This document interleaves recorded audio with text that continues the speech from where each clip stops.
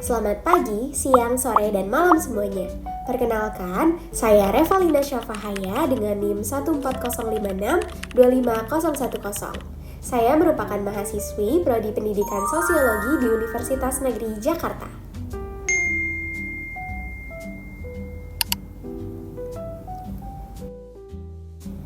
Kalimat itu kayaknya udah jadi salah satu kalimat yang paling familiar deh di kehidupan mahasiswa. Hampir setiap semester pasti ada aja tugas kelompok. Awalnya biasanya semangat, bikin grup, bagi tugas, terus ngomong, "Tenang guys, kita kerjain santai aja." Tapi makin dekat deadline, suasananya mulai berubah. Grup mulai sepi, yang read doang makin banyak, dan yang aktif ternyata cuma orang itu lagi.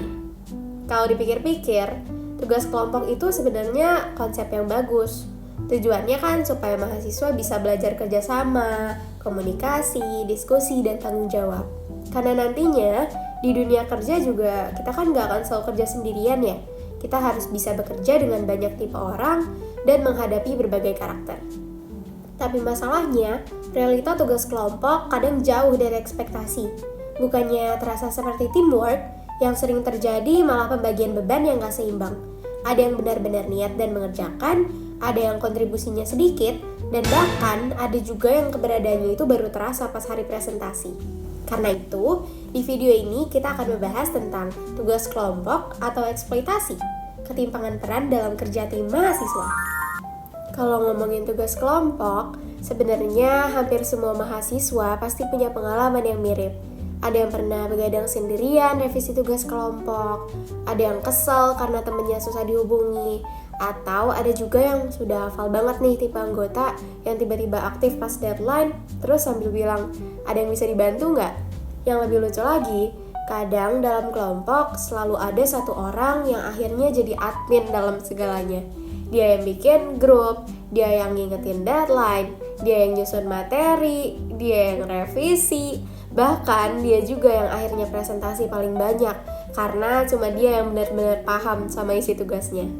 Fenomena seperti ini sebenarnya udah sering banget terjadi sampai dianggap normal. Banyak mahasiswa bahkan sudah pasrah dan berpikir kalau dalam kelompok pasti akan ada satu orang yang kerjanya paling banyak. Kalimat seperti, "Ya udah deh, daripada nggak selesai," akhirnya jadi alasan untuk mengambil alih semuanya sendiri. Padahal kalau dipikir lagi, tujuan tugas kelompok itu kan bukan supaya satu orang kerja untuk semuanya. Karena idealnya semua anggota itu ikut terlibat dan harus punya kontribusinya masing-masing. Karena tugas kelompok itu bukan cuma soal nilai akhir, tapi juga proses belajar untuk bekerja sama. Dalam kerja kelompok, sebenarnya ada banyak bentuk ketimpangan yang sering muncul. Salah satu yang paling umum adalah free rider atau penumpang tugas. Ini adalah kondisi ketika ada anggota kelompok yang tetap mendapatkan nama dan nilai, tapi kontribusinya tuh sangat sedikit atau bahkan hampir tidak ada. Biasanya tipe seperti ini aktif di awal waktu pembentukan kelompok, tapi makin dekat deadline-nya makin sulit dihubungi. Kadang alasannya sibuk, ketiduran, lupa buka grup, atau tiba-tiba hilang tanpa kabar. Terus pas tugasnya hampir selesai, dia muncul lagi dan langsung bertanya, "Jadi aku kebagian apa?" Walaupun sering dijadikan bahan bercandaan mahasiswa, sebenarnya kondisi ini cukup merugikan anggota lain. Karena ketika satu orang itu tidak menjalankan tanggung jawabnya, pekerjaan itu otomatis akan dialihkan ke anggota yang lebih aktif supaya tugas tetap selesai tepat waktu. Selain penumpang tugas, ketimpangan juga sering terlihat dari pembagian kerja yang tidak adil. Dalam banyak kelompok, ada anggota yang mendapat bagian ringan, sementara anggota lain itu harus mengerjakan bagian yang jauh lebih berat dan memakan waktu lebih banyak. Contohnya, ada yang hanya mencari gambar atau template PPT, sementara anggota lainnya harus mencari referensi jurnal, menyusun isi materi, membuat pembahasan, sampai ke mengedit semuanya jadi satu file yang rapi. Akhirnya, meskipun namanya sama-sama tercantum, beban kerja yang dirasakan tiap anggota tuh sebenarnya sangat berbeda. Menariknya, dalam tugas kelompok sering banget muncul pembagian peran yang tidak tertulis. Ada orang yang otomatis dianggap jadi ketua, walaupun tidak dipilih secara resmi. Ada juga yang selalu dianggap paling rajin, jadi otomatis diberikan lebih banyak tugas. Sementara ada anggota yang sejak awal itu sudah dianggap kurang aktif, sehingga ekspektasinya terhadap mereka tuh juga rendah. Pola seperti ini akhirnya terus berulang di banyak kelompok mahasiswa. Orang yang rajin makin sering dibebani pekerjaan, sedangkan yang pasif makin terbiasa bergantung pada orang lain. Selain pembagian tugas yang gak seimbang, komunikasi yang buruk juga jadi salah satu penyebab utama masalah dalam kerja kelompok. Banyak konflik sebenarnya muncul bukan karena tugasnya yang terlalu sulit, tapi karena anggota kelompoknya yang sulit diajak komunikasi. Contohnya, seperti slow respon, tidak memberi kabar, atau baru aktif pas deadline-nya udah dekat. Mungkin kelihatannya sepele, tapi kalau terjadi terus-menerus bisa membuat anggota lainnya akan merasa kesal dan akhirnya malas bekerja sama.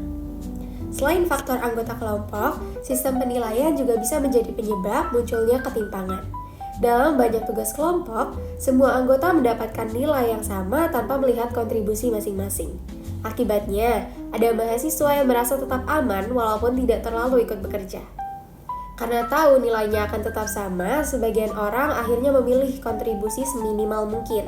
Sementara anggota yang benar-benar bekerja keras merasa usaha mereka kurang dihargai, karena akhirnya hasilnya akan tetap dibagi rata.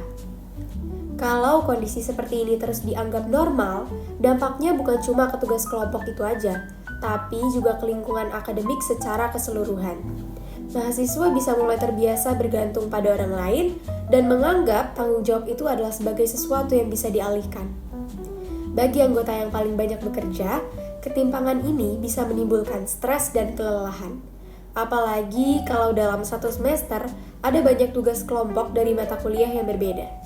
Tidak sedikit mahasiswa yang akhirnya merasa malas kerja kelompok karena takut kembali mendapatkan anggota yang tidak aktif. Sementara, bagi anggota yang terlalu sering bergantung pada orang lain, mereka jadi kehilangan kesempatan untuk berkembang. Mereka mungkin tetap mendapat nilai bagus, tapi tidak benar-benar belajar memahami materi, berdiskusi, ataupun melatih kemampuan komunikasi dan kerjasama. Karena itu, kerja kelompok yang sehat sebenarnya membutuhkan kesadaran dari semua anggota. Pembagian tugas harus jelas sejak awal supaya semua orang tahu tanggung jawab masing-masing.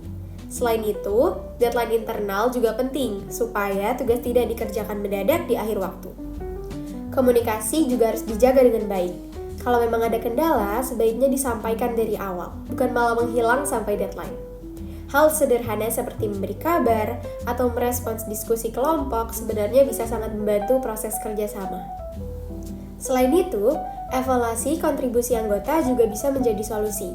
Misalnya dengan adanya penilaian individu atau laporan kontribusi masing-masing anggota. Dengan begitu, setiap anggota memiliki tanggung jawab yang lebih jelas terhadap tugas kelompok. Pada akhirnya, tugas kelompok seharusnya menjadi tempat untuk belajar bekerja sama, bukan tempat untuk saling lempar tanggung jawab.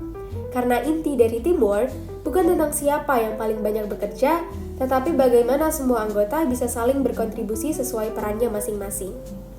Jadi, setelah melihat berbagai fenomena tadi, menurut kalian tugas kelompok benar-benar melatih kerjasama atau kadang justru terasa seperti bentuk eksploitasi terselubung yang sudah dianggap normal di dunia perkuliahan?